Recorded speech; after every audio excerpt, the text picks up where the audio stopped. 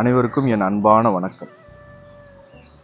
இந்த பூமியில் இருக்கிற ஒவ்வொரு மனிதனுக்கும் ஒவ்வொரு ஜீவராசிக்கும் கடவுள் எனார்மஸாக கொடுத்துருக்கார், நிறைய கொடுத்துருக்கார்.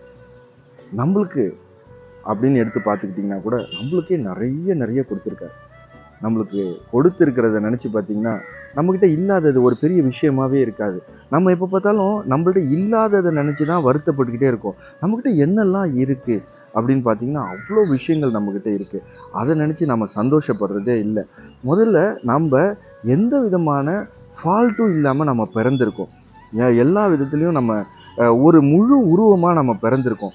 அதுவே ஒரு இறைவனோட ஒரு பெரிய கொடை இல்லையா? இந்த கொடை கிடைக்காம எவ்வளோ பேர் இருக்கிறாங்க இந்த பூமியில், யோசிச்சு பாருங்க.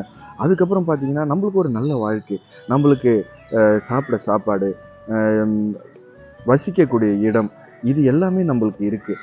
இருக்கக்கூடிய மனிதர்களாக நம்ம இருக்கோம். அப்போது எவ்வளோ கொடைகள் இருக்குது பாருங்கள். இறைவன் போதுமான அளவுக்கு கொடுத்துக்கிட்டே தான் இருக்கான்.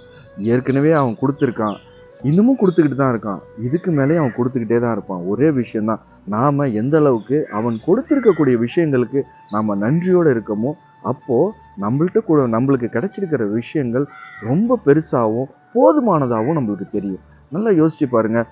எவ்வளோ விஷயங்கள் நம்மக்கிட்ட இருக்குது. இல்லாத விஷயம் ஏதோ ஒரு விஷயம் இல்லைன்ட்டு நம்ம சோர்ந்து போய் உட்காந்துடுறோமே. ஆனால் எவ்வளோ விஷயங்கள் நம்மளுக்கு கொடுத்துருக்காங்க. எவ்வளோ பேர் ஒரு அங்கீகாரம் நம்மளுக்கு கிடச்சிருக்கு.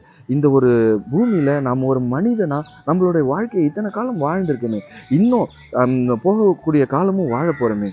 அதுக்கு இறைவனோட கருணையும் இறைவனோட கொடையும் இல்லாமல் இதெல்லாம் நடக்குமா? யோசிச்சு பாருங்க.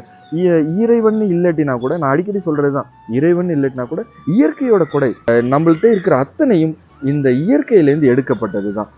அந்த இயற்கை அல்ல குறையாது. எங்கேயுமே நம்மளுக்கு ஷார்ட்டேஜே வராது.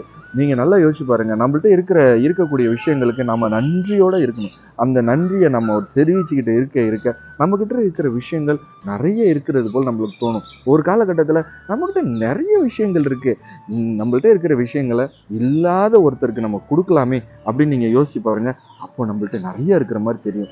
நம்மக்கிட்ட 10 சட்டை தானே இருக்குது, அடடா அப்படின்னு நீங்கள் நினைக்கிறது போல என்கிட்ட 10 சட்டை இருக்குது, ஒரு 5 சட்டை இன்னொருத்தவங்களுக்கு தரலாமே அப்படின்னு நீங்கள் நினச்சி பாருங்கள். இல்லாத ஒருத்தவங்களுக்கு அந்த 5 சட்டையை தரலாமே நினச்சி பாருங்கள். நம்மக்கிட்ட அதிகமாக இருக்கிறது நம்மளுக்கு புரிய வரும். சிந்தித்து செயல்படுங்கள். அனைவருக்கும் வணக்கம். வாழ்க வளமுடன்.